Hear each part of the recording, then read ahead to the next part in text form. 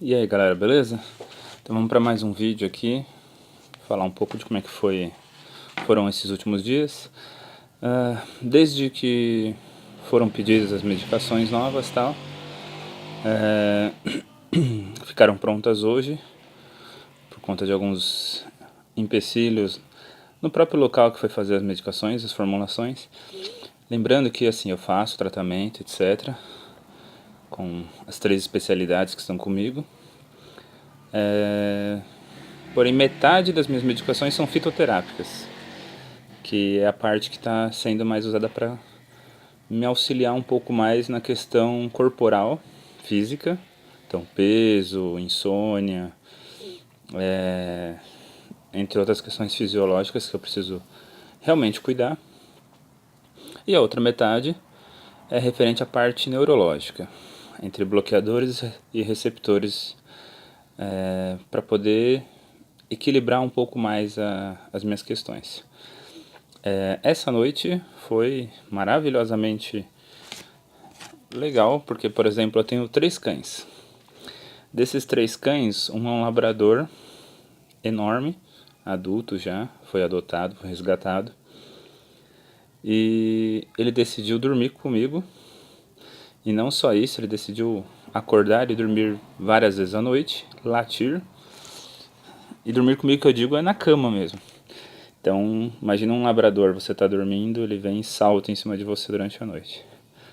Bom, basicamente, algumas pessoas que têm a depressão, eles sofrem de insônia. Pessoas, algumas não dormem realmente, outras têm dificuldade de dormir até pegar no sono. Eu atualmente tenho uma dificuldade de dormir, mas até durmo. Durante um período muito longo eu não dormia. Então, uma faixa de 3 a 4 horas por noite já era o máximo que eu conseguia dormir. Hoje eu já durmo umas 6 horas, por aí. Porém, essa noite, uma noite antes da medicação chegar, deu tudo o que poderia dar de errado na questão de sono. Então já fiquei com dificuldade de dormir. Durante a noite eu teria uma palestra para assistir, porém eu acabei não indo para poder descansar. E nessa de querer descansar, não descansei. Simples. A insônia se iniciou. Então por volta da meia-noite eu ainda não havia dormido. E eu sei que se a partir daí eu não dormir, quando eu acordar vai ser um pouco mais complicado o dia. Eu não tenho mais nenhuma medicação de dormir, então teria que ser na raça. Porém, não é só o único empecilho, o sono. Por eu estar acima do peso, pela minha alimentação ainda está sendo corrigida, com muita dificuldade, mas está sendo corrigida, o meu corpo sofre muito por conta do meu excesso de peso agora. 120 quilos para quem tem 1,80 m parece não ser muito, mas é muito para quem está vivendo. Então, estômago começa a atacar, você não consegue dormir em certas posições, então de lado ou até mesmo de bruço, você não consegue ficar confortável por conta do excesso de volume mesmo e a pressão que te causa. Inclusive, eu tive caso de broncoaspiração durante a noite, assim, um refluxo, dormindo e broncoaspirar ele. Então acordar num desespero absurdo. É uma coisa, não diria que comum, mas já aconteceu umas 2, 3 vezes. Essa noite, inclusive, por conta de refluxo, ocorreu mais um engasgo, digamos assim. Uma das medicações é para auxiliar nisso, né? Nesse processo digestório pós-jantar, pós-almoço, etc., para evitar esses refluxos e evitar esse tipo de situação. Outras medicações vão ser organizadas para auxiliar no meu sono, etc. E eu não tô assim, não estou dependente de medicação. Eu faço uso porque tem sido necessário. E um indutor de sono, antes eu utilizava um que realmente induzia instantaneamente. Em questão de meia hora, eu já não tinha mais controle físico, eu já dormia. Isso chega a atrapalhar se você precisa dirigir, se você está a caminho de algum local, o seu corpo realmente abandona toda essa questão de estar acordado e você apaga. Eu diria que deveria ser como uma pessoa que bebe muito e de repente tem aquele apagão. Eu não sei porque eu não bebo, então. Mas aí, então, toda a questão gástrica atrapalhando a noite, a preta, que é a nossa cachorra, pulando, latindo de madrugada, etc. Cheguei a parar, tentar descansar um pouco, fiquei acordado, lendo, etc. Mexendo no celular, mas fica aquele sono, aquele transe inicial do sono, mas você não está lúcido, você não está acordado. Então você não descansa, nem a mente e nem o corpo. Aí o porquê da insônia? Futuramente eu vou fazer um vídeo mais específico, inclusive com questões técnicas, das quais eu tenho estudado sobre insônia. Mas basicamente a mente de uma pessoa que tem algum transtorno de ansiedade ou de depressão, algum transtorno neurológico, a mente dessa pessoa não para. E como acontece isso? Então imagina, eu estou gravando agora esse vídeo, falando o que vem à minha cabeça.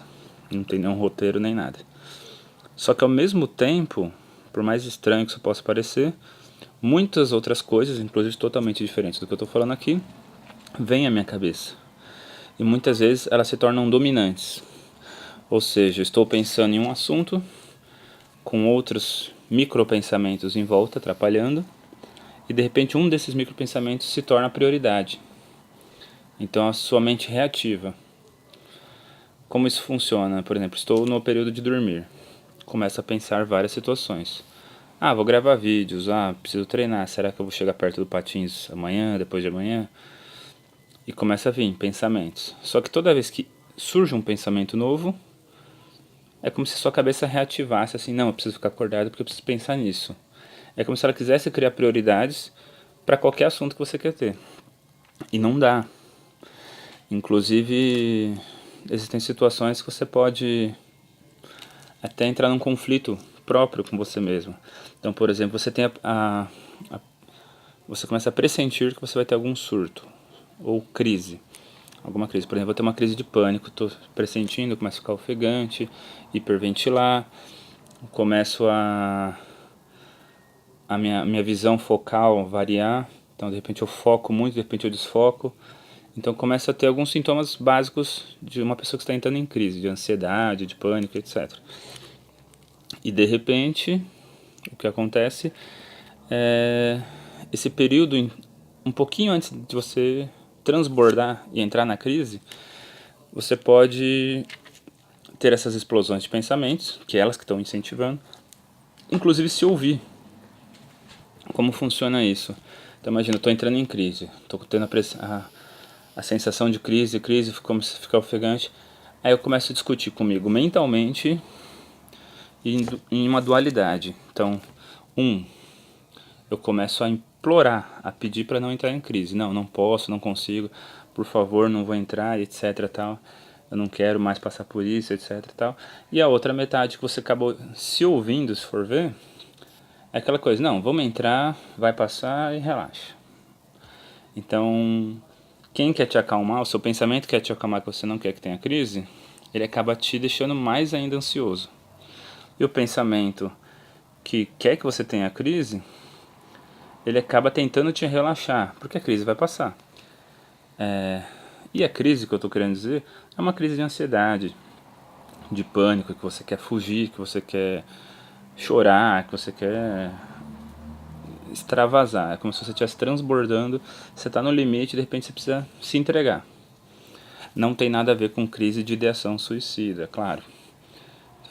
Falarei sobre isso futuramente. Então, quais são as expectativas agora, né? Em relação a todas essas confusões mentais, etc. Tal. As medicações novas, elas são novas, mas não são nada tão extravagantes em relação às que eu já tomava. Então eu tenho, por exemplo, medicação para me auxiliar a dormir, mas ela não é tão potente a ponto de me fazer dormir instantaneamente, que nem a anterior fazia. Então eu acredito que isso vai me fazer relaxar e dormir. Porque uma coisa é você dormir de forma medicamentosa, com com algum fármaco que faça com que você apague na hora. Então você não desligou a sua mente, você apagou, você parou o que você estava pensando, parou os seus movimentos e você apagou. Enquanto uma medicação, sei lá, uma melatonina, alguma outra medicação que vai te auxiliar, vai te induzir a iniciar o processo do sono, talvez seja um pouco mais relaxante, um pouco menos intenso esse processo de sonolência. E o que faz talvez você descansar. Porque o que nós precisamos realmente é descansar. Tanto a mente quanto o corpo. Futuramente eu vou falar sobre fibromialgia e o quão parecido é os sintomas da depressão com os fibromiálgicos. Então, muitos depressivos acham que tem fibromialgia. Pode ter, mas também pode ser apenas um sintoma do seu corpo, realmente, ele implorando descanso, mas a sua mente não deixa ele descansar. Então vamos fazer um teste, vamos esperar os 2 primeiros dias que eu decidi voltar com o canal, etc. Consegui treinar. Ontem eu não treinei para tentar descansar. Hoje eu verei se eu consigo treinar. Se eu não conseguir treinar na academia, farei um treino em casa mesmo. Mas hoje eu vou tentar distrair minha mente, indo no cinema, etc. Então, basicamente, a ideia sempre é descansar. Bom, vamos ficar por aqui então, deixar para o próximo vídeo falar um pouco mais sobre algumas outras coisas. Eu estou num local totalmente diferente, o primeiro vídeo foi dentro do carro, acho que a maioria será dentro do carro, por conta da privacidade, etc. Estou no ateliê da minha cunhada, então aqui tem muito material, eu acabo me distraindo realmente, fazendo algumas pinturas. Eu não sei se eu tenho alguma... Tem uma que eu não finalizei ainda, né, mas eu tenho alguns... Eu faço um pouco de pontilhismo. Então, futuramente vocês vão conhecer um pouco mais disso daí, beleza? Então vamos ficar por aqui. Espero que vocês comecem a entender aos poucos como que é a vida de uma pessoa que corre atrás do prejuízo que a depressão causou, E isso aí, estamos todos juntos. Qualquer coisa é só procurar. Se cuidem, um abraço.